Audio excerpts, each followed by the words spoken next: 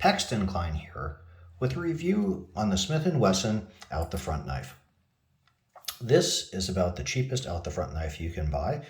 It's $40. It's legal in more states than other states. I believe they consider it spring assisted. So the real question is, should you buy this?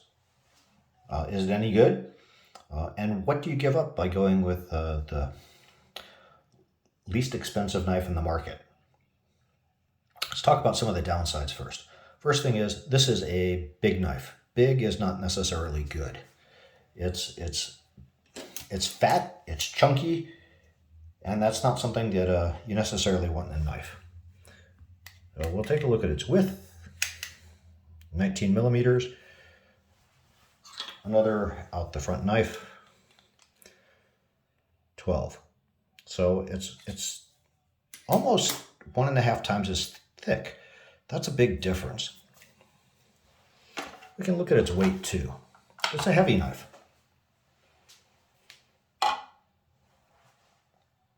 172 grams. A competitor, 100 grams. Almost weighs twice as much. It's going to sit in your pocket. It's big. It's heavy.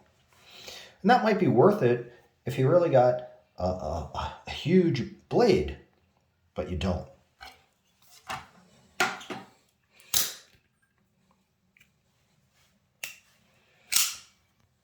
The length of the blades, about the same.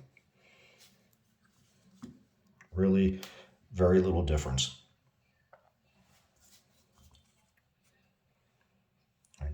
So, 1.5 times as wide, almost twice as much weight, but it is cheap.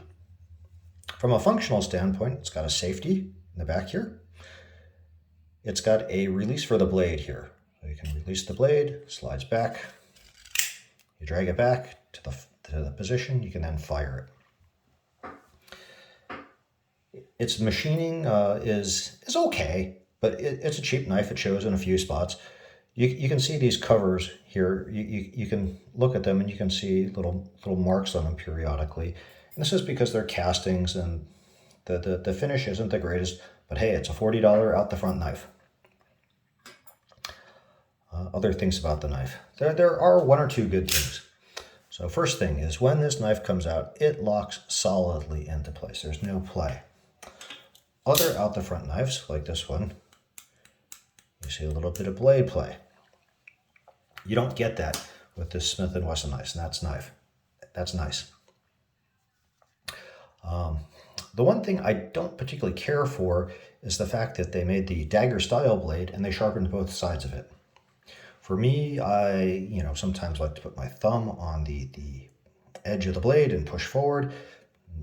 Doesn't work very well when you have a double-sided knife. Also, some places consider this more of a weapon than a tool, so you may have a little more problems if you, depending on what your situation is. Anyway, about $40. It's a decent knife. It's an AUS 8 steel, which is it's okay steel. Nothing spectacular, but certainly better than some of the things you'll find. For my money, I'd probably go with something else. I'd probably not buy this again. I would probably get something like my favorite lunchtime knife. It's a Kaiser. It was about $40 too, maybe $45. It's an N690 blade. It's about the same as VG10. It's held up really well. It's nice quality. You can open it one hand, you can flip that sucker open. So, and in the $20 range, you can buy a knife like this. This is a K-Bar D2 blade. I use this out in my garage all the time. It's also held up well. You can put your thumb behind the blade, push through stuff, slice cardboard, what have you. And again, $20 range, $40 range. Looks cool. For me, it's too big and fat to fit in my pocket. Wouldn't carry it somewhere. If I did, it's not terribly good for doing anything other than maybe puncturing a tire. Right? It's good for poking. I guess you could cut with it, but not too aggressively. Be a little careful about prying with it. Something like this, You'd be way better off with something like this or something like this. My opinion. Others will be very happy with their $40 out the front knife. It's certainly got a cool factor to it. Hope you enjoyed the review.